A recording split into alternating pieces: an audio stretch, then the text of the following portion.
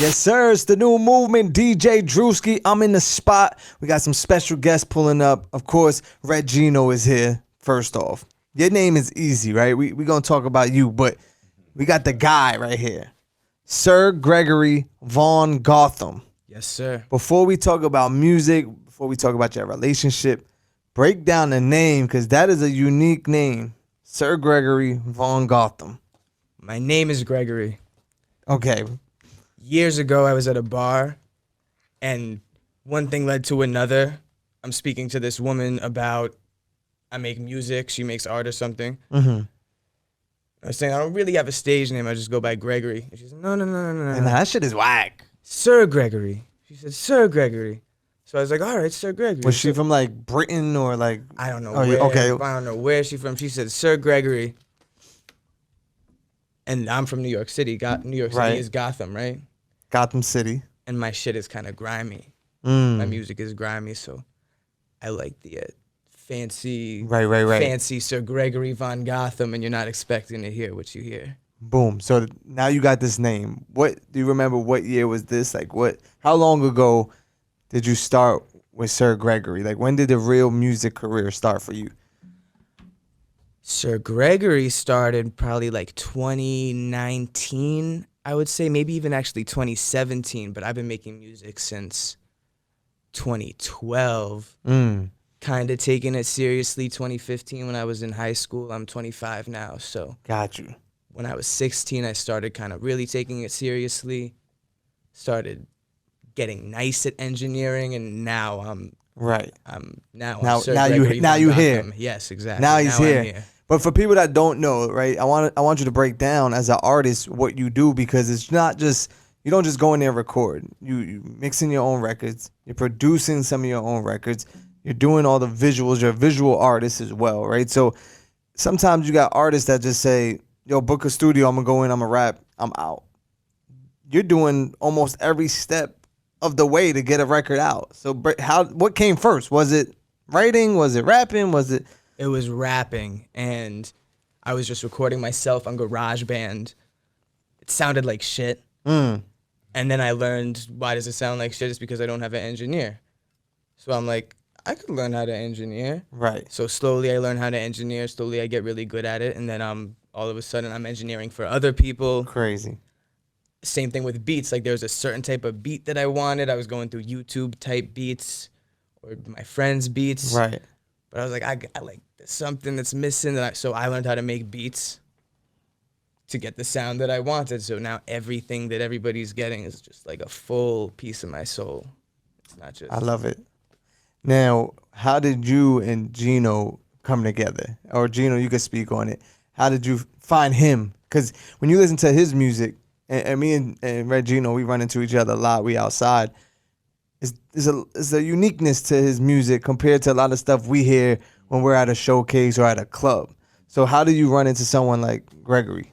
I mean, I met him through my cousin, actually. My cousin introduced me to my cousin, Mr. Lit. That's how I met my boy Gregory, and then we just took it from there. Shout out, I Mr. know the Lit. talent. I know, I'm different, so I know the uniqueness. I don't be just trying to stay in one lane. Like, Right. Drill, we all love drill, but I be wanting to hear something else or switch it up, you know what I mean? Because I know Right.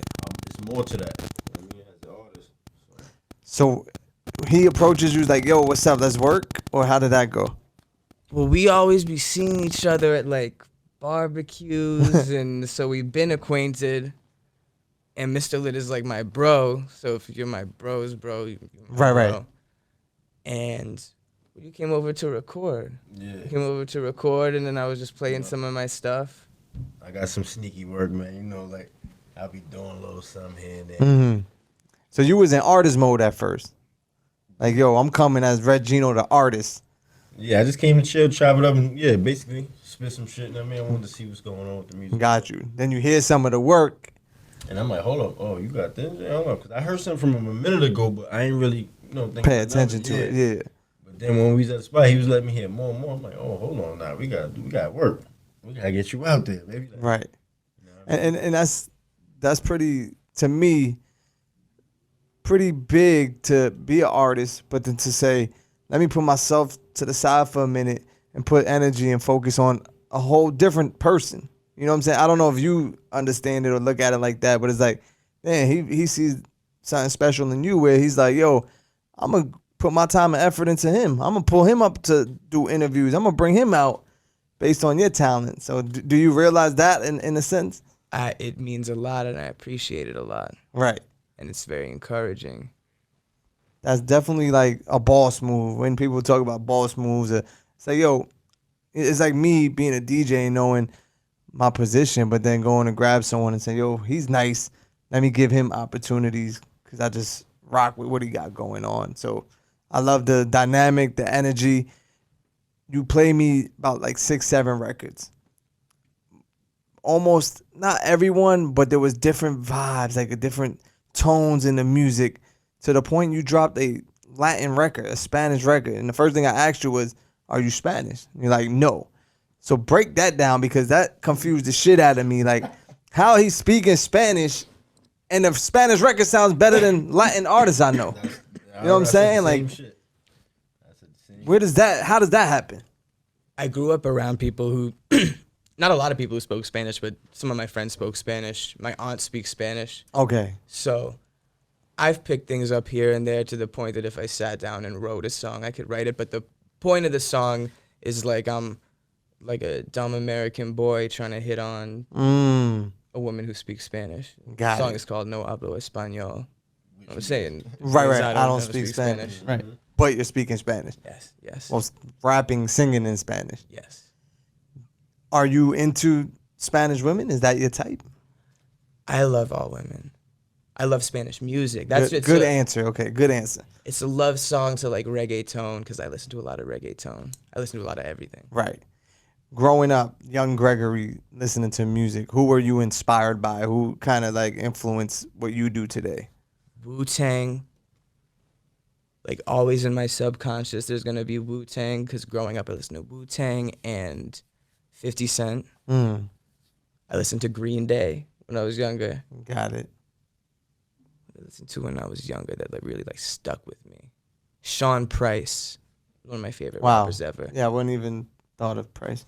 Rock Marciano has become like my favorite rapper. But I discovered him later. That wasn't young Gregory. That's older Gregory. But those are like heavy spitters, like, you know what I'm saying, real rappers. Yep. That, you know, you're naming a lot of those guys. For Gino, who was on your list of like artists that kind of inspired you or made you want to go to the music route?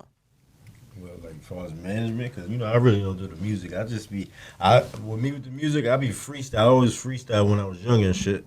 And since I was younger, everybody always said, yo, you gotta take that shit. So you nice. Like, they really want me to rap and shit. And I'm like, you know what I mean? I fuck with it. You know what I mean? I fuck with it here and there, but I ain't taking it serious as far as with me. You know what I'm saying? But that's just being in the music business, like being, it was like people like Diddy or Puff that you were like, yo, I want to be part of this music business because it could get real. Like, shit is crazy. I mean, I got a couple of my boys I know that's in the field already, you know what I mean? That's moving in here, out here, so just watching them and shit actually do their thing and grind. You know what I mean? I'm like, yeah, I gotta get up in this field because, you know, I'm connected in this shit too. I got a lot of family members that Right. shit already, so it's kind of a little easier for me on certain shit. You know what I mean? But yeah, basically my dudes like that's out here grinding. Shout out my boy Birdman and all that, Birdman Zoe. A couple of my dudes out here doing their thing, management too, and they've been doing it 15 years more than me. I just started like damn near 2 years and change now. But you know, back to your music, right? Because we got the party records. You got the record that had you didn't. I don't think you told me her name, but you said, yo, she doesn't even do music. I wrote her part and made her sing it. Heard her singing in the shower, and I was like, your voice would be perfect for this. And she was like, all right, cool, let's do it. Exactly. You put her on and she does that. That's not even a record I was getting to. There's one record where you really tap into a personal side. And you're speaking about, I don't know if it's just for the record or it was real life, a part of your life where you was heavy into drugs. Yeah, everything I say on a record is true stories. Okay, so this is not just for music. This is actually real life experiences. Yes, and that I think all my favorite artists have a story that is inspiring in some way, and there's nothing more inspiring than overcoming obstacles. Right. That was my biggest obstacle that I had to overcome. So how do you fall into that type of lifestyle? Like how do you fall into a drug lifestyle, right? There might be young kids watching that want to do music, this has nothing to do with music. This is just regular life shit that happens. But how does one fall into that? And then the next question is, how did you get out of it? That's a very good question. I think there's a lot of different ways people get into it. People get into it with peer pressure. People get into it with, if they're like, there's a connection between sex and drugs a lot of the time, and partying. And there's not a lot of education, I don't think, about drug use. And kids are not safe. The best way to get out of it is to not get into it right. to begin with, because it's not cool. There's a lot of people, I notice there's a lot of artists that people look up to, or a lot of just celebrities or powerful people in influencers. general. And we look up to them, a lot of them heavy drug users, like legends. Right. And so there becomes a cool factor associated with drugs, and that's gotta go. And you're speaking from experience. Yes. But you did say like you'll roll up some weed, right? Oh yes. In the record, you say, yo, I'll roll up some weed. But when we say the drugs, what were you like practicing with or playing with at that time? Opiates really was was my big problem. Do you feel like it helped you as an artist though? Put you in a state of mind where it's like I could just create some crazy shit? Was that? You know what? You think that when you're on drugs, it feels like that. But being sober, I'm a lot better at making music, and I'm better at writing, and I'm better on reflecting on my experiences, so I can talk about it in a way that's not ignorant, in a way that's not glorifying any of it. Right. Because probably when you're on drugs, you're just recording, like living in the moment. Yes. But when you're sober, you can actually talk about things you've been through. It can be in the past, in the present, and the future. So right now, no drugs? No. Maybe, I do smoke weed. Yes. But people would call that natural, like a natural drug. Yes, people would call Right. it natural. For the kids, if the kids are going to see this, right. I don't think everybody should be smoking weed, especially I don't think everybody should be smoking weed all the time, because depending on who you are, it affects everybody differently. It could hurt your ambition. It might make you lazy. It might make you do this. It might be great for you. Everyone experiences it different. Yes, exactly. Reacts to it different. So it's really knowing how you experience, like how you react to it to know. But Gino, on a management side, when you have an artist who's super talented and now he's good, but do you feel like as a manager, you got to get involved in that part of his life, or do you just stick to the music? Like if you knew at the time, yo, he's heavy on drugs, he's fucking up, do you just kind of like look away from it, or do you, as a manager, say, yo, we need you to chill? I don't really mess with, like if he was messing with it, like currently now, like I won't deal with an artist that fucks with drugs, like heavy drug. Weed, right. It's not a drug, but like you know what I mean. Like, right. Yeah, it's quiet. Like, but if he was, I'd definitely try to help him out. If I feel like he, want to get off it and do better and shit like that. But I really wouldn't do it probably. Like, to say the truth, because it won't make no sense. Like if you on drugs now, like that's what your focus is. You ain't focused on this. Right. Yeah, like. So yeah. That makes sense, because now you're not managing just the music. Yeah. You're managing a whole different problem right there. Exactly. I couldn't do it. But I guess we can congratulate you on thank you kind of being sober. From what you were doing, that's a big step, and that's takes strong will. So congratulations on that. You said it put you in a better state of mind to actually record records. I heard about 7 of them. Is there a project coming? Have you recorded a project? Are we getting music? You're gonna get a music video soon. You're gonna get one project very soon. You're gonna get quite a few singles. There's gonna be a lot. There's gonna be a lot coming out, but there is a project that's done. Is this like top of 2023, or Like, do we have a date yet? Do we know? Because there might be people like, all right. Because I know you had like 2 records up on your YouTube right now, right? And we've got 5 records out on all streaming services. Got you. And so y'all should check those out. Right. In the meantime, go run those up. Exactly. The singles are coming. Visuals are coming. Are you like heavy on the visuals yourself? Like, hey, I want my video to look like this, or? Oh yeah, we are very. Both of us want to make sure this visual is perfect. Yeah, we said we got that in play. Entertain everybody. Have you shot it? Is like their video done already, or we're in the process of getting that done? We're in the process of the shoot is coming in January. In January. That's. Can you tell us at least what record, what song? You're Horrible. It's the last track that you heard. Got it. So that'll be the first video to drop in 2023. That's gonna be the first video, the first official Sir Gregory Von Gotham video ever. Top of 2023. Ever.